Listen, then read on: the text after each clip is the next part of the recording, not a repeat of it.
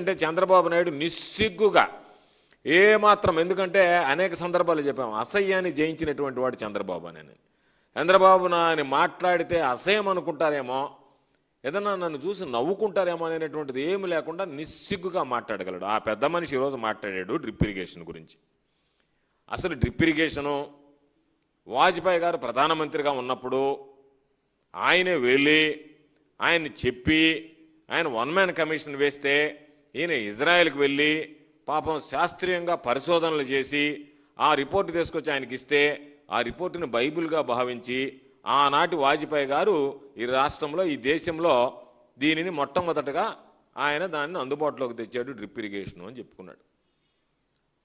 చూస్తే ఈరోజు నేను చెప్పడం కాదు, ఏ రైతైనా సరే, చదువుకున్నటువంటి వ్యక్తి అయినా సరే, మీడియా మిత్రులైనా సరే, ఎక్కడైనా సరే డ్రిప్ ఇరిగేషన్ ఎప్పుడు ప్రారంభమైందని చూస్తే మన దేశంలో 1980లో తమిళనాడు, మహారాష్ట్ర, కర్ణాటకలో అసలు రైతులే ఇతర దేశాల్లో చూసి వాళ్లే ప్రారంభించారు.